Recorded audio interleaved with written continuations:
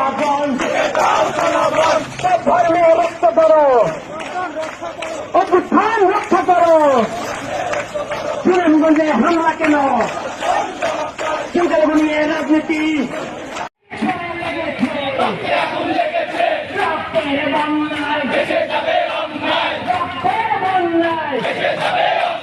সাম্প্রদায়িক নির্বাচন, সংখ্যালঘু নিয়ে রাজনীতি। সুনামগঞ্জে হামলা কেন? সুনামগঞ্জে হামলা কেন? মন্দির মসজিদ ভাঙল কেন?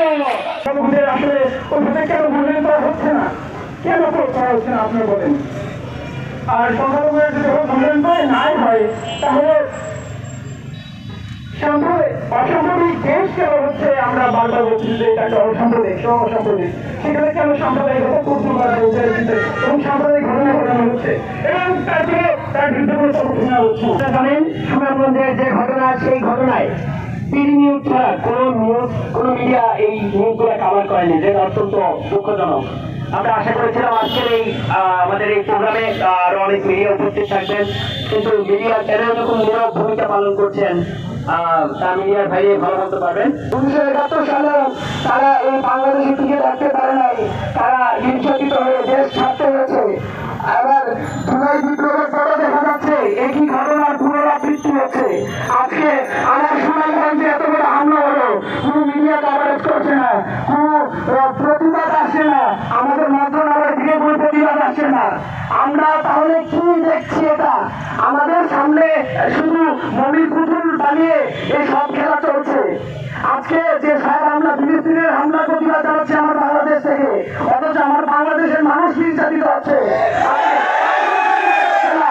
আমার সুনামগঞ্জে একটা মানুষের ভুলের প্রতিবাদে 130টা ঘর পুড়িয়ে দিয়েছে, 130টা ঘর ভাঙচুর করে দিয়েছে। তাদের কি ভুল ছিল? তার কোনো প্রতিবাদ হচ্ছে না, অথচ ফিলিস্তিনের প্রতিবাদ হচ্ছে। সব প্রতিবাদ আমরা করবো, আমরা শিক্ষিত সমাজ, আমরা তার প্রতিবাদ করতে আমরা জানি, আমরা আমাদের শিক্ষা সুবিধা রাখতে জানি, আমরা প্রতিবাদ করবো। এই রাজ্য ভাস্কর্য সেই প্রতিবাদেরই প্রতি। কিন্তু আমি আমার দেশের মানুষের বিপদে যদি প্রতিবাদ না জানাতে পারি, তাহলে বাইরের দেশে প্রতিবাদ করে লাভ হলো কি? আজকে আমরা প্রতিটা পদক্ষেপে, আমরা ঢাকা বিশ্ববিদ্যালয় থেকে আমরা প্রতি পদক্ষেপে আমরা প্রতিবাদ জানাই। আমরা জুলাই বিপ্লবে কোটা আন্দোলনের প্রতিবাদ জানিয়েছি, বৈষম্যের প্রতিবাদ জানিয়েছি। কিন্তু এই যে জায়গায় জায়গায় বিগত 15 বছরে আমাদের বাংলাদেশে কত কত সংখ্যালঘু সম্প্রদায়ের উপর আন্দোলন হামলা হয়েছে, তার একটা সুষ্ঠু তদন্ত হয় নাই। আজকে এখানে দেখছি যে আমাদের সামনে কোনো প্রকার কোনো মিডিয়া কভারেজ হচ্ছে না। আমরা দেখছি যে কোনো প্রকার কোনো টিভি চ্যানেল আমাদের এত বড় সমাবেশের পরেও, এত বড় আন্দোলনের, এত বড় মিছিলের পরেও কোনো মিডিয়া কভারেজ করছে না আমাদের এই বিষয়টা। তার মানে মিডিয়া আমাদেরকে কি বোঝাতে যাচ্ছে? আমরা কি বাংলাদেশের পুতুল? আমরা কি উড়ে এসে বসেছি? আমাদের আমরা কি এভাবে নির্যাতিত হয়ে যাবো সারা জীবন?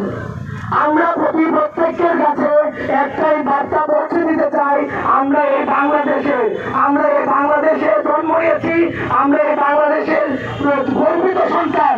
তাই এই প্রত্যেকটা এই বাংলাদেশকে নিয়ে যেমন আমরা জীবন দিতে রাজি, তাই আমাদের উপর প্রত্যেকটা আক্রমণের প্রতিবাদ যেন সকলের তরফ থেকে আসে, শুধু একটা নির্দিষ্ট জনগোষ্ঠীর থেকে না আসে, সকলে যেন এটার প্রতিবাদ জানায়। সংখ্যালঘুদের উপর কোনো হামলা হতো, তার উপরে কিভাবে নানান প্রলেপ লাগানো হতো, সেই ঘটনাটাকে কিভাবে লুকানো হতো, কারণ যাতে আওয়ামী লীগের গায়ে দাগ না লাগে। এখন আমরা দেখতে পাই যে একটা গণ অভ্যুত্থানের পর এখন ডক্টর ইউনূস ক্ষমতায়, অথচ অলরেডি আমার আগে একজন বক্তা বলেছেন একমাত্র বিডি নিউজ ছাড়া কোনো সংবাদপত্রে কিন্তু আমরা এটা নিউজ দেখতে পাই নাই। আমি শুরুতে আমার ঢাকা বিশ্ববিদ্যালয়ের ভাইদের ধন্যবাদ জানাতে চাই, কারণ গতকালকে আমি দেখেছি যে আপনারা একটা মিছিল করেছিলেন ভারতীয় আধিপত্যবাদের বিরুদ্ধে। সবসময় আঙ্গুলটা এই সংখ্যালঘু মানে আমাদের দিকেই ওঠে, যে কারণ আমাদের বারবার প্রমাণ দিতে হয় যে আমরা দালাল না, আমরা ঠিক আপনি যতটুকু বাংলাদেশি ততটুকু বাংলাদেশি। কিন্তু আজকে এখানে কোনো ধরনের প্রমাণ দিতে আমি আসি নাই।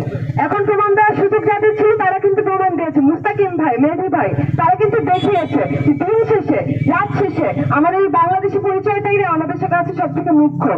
আপনারা দেখবেন ভাই, আওয়ামী লীগ যেমন করতো, ঠিক ভোটের সময় হিন্দু মন্দিরে যাও, একটু দুর্গা পূজায় যাও, একটু কালী পূজায় যাই, একটু আদিবাসীদেরকে শুভেচ্ছা জানাই, কারণ ভোট ব্যাংক, আমার ভোট লাগবে, যে অল্প কয়েক পার্সেন্টেজ হোক তার ভোট লাগবে। একইভাবে ডক্টর ইউনূসও কিন্তু যখন তার ক্ষমতা নিশ্চিত করা লেগেছিল, তখন কিন্তু খুবই আশ্বাস দিয়েছিলেন যে সংখ্যালঘুদের গাইড তো করা লাগবে না। আজকে আপনি আজকে কই? আমার ভাইদের বাড়ি পুড়ে যাচ্ছে। এই খালি হিন্দু ধর্মাবলম্বীদের বাড়িতে আঘাত এনেছে সেটাই আমার উপর আঘাত, এমন নয়। যতগুলো মাজারে যতগুলো ইট ভাঙা হয়েছে, যতজন ফকিরের গায়ে টোকা লেগেছে, ওগুলো প্রত্যেকটা আমাদের গায়ে আঘাত। তখন ডক্টর ইউনূস করেছিল। আপনারা সারাদিন ভুলু শোনান, আপনারা বলেন ইনক্লুসিভিটি সমাজ করবেন। সেই ইনক্লুসিভ কাদের জন্য ভাই? আমি তো নিজেকে দেখতে পাইতেছি না সেই ইনক্লুসিভিটির মধ্যে, আমার ভাইরা তো নিজেদের দেখতে পাইতেছে না সেই ইনক্লুসিভিটির মধ্যে। আমার ভাইরা তো আজকে এই মিছিলে এখানে নাই, থাকতে পারতেছে না, তাদের হল বন্ধ। তারপরে আজকে তাদেরও নিশ্চয়ই প্রতিবাদে সামিল হওয়ার কথা, তারা তো ইনক্লুসিভিটির মধ্যে নাই আপনাদের। তো এই একই আওয়ামীপনা যদি আমরা আবারও দেখতে পাই ভাই, দুঃখিত, এখনই আপনাদের সাবধান করে দিতে চাই, একই ধরনের ঘটনা আবার আপনারা ঘটায়েন না। আপনাদেরও আমরা দরকার পড়লে আঘাত যদি আসতে থাকে এবং কেবল আপনাদের উত্তরে যদি কেবল ভুলে ঘুরানোই হইতে থাকে, আপনারা যদি কেবল বিভিন্ন আপনাদের নানান জায়গায় ষড়যন্ত্রের গন্ধ পান, আপনারা আনসার লিগ দেখতে পান, আপনারা শ্রমিকের গায়ে গুলি চালাইতে এক সেকেন্ডও অপেক্ষা করেন না, অথচ আজকে এমন একটা ঘটনা ঘটার পর, এবং এখানে দুঃখজনক কি জানেন, সেটা হচ্ছে ঠিক কয়টা বাড়িতে আঘাত এনেছে বা কয়টা মন্দির ভাঙা হয়েছে সেটা কিন্তু আমি এই মুহূর্তে নিশ্চিতভাবে বলতে পারছি না, কারণ সংবাদপত্রে কিন্তু নির্দিষ্ট সংখ্যাগুলো আসেনি, ঘটনাটা কিন্তু লুকানো হচ্ছে। তাহলে আমি এখন বলতে পারি, আমি তো দেখছি যে 130টার মতো বাড়িতে আঘাত আনা হয়েছে এবং নানান মন্দির, কালী মন্দির ভাঙা হয়েছে। তো সেই এখন যেগুলো হচ্ছে, আপনারা এখন সেই ইনক্লুসিভিটি বলে কইটা এখন আপনারা যখন ভারত দিয়ে কথা ওঠে তখন বারংবার বলেন যে জগন্নাথ হল কই, আমার আদিবাসী ভাইরা কই, হিন্দুরা কই, ভারতীয়রা কই। এখন এই মুহূর্তে আমি যদি প্রশ্ন করি সমন্বয়করা কই, হাসনাত ভাই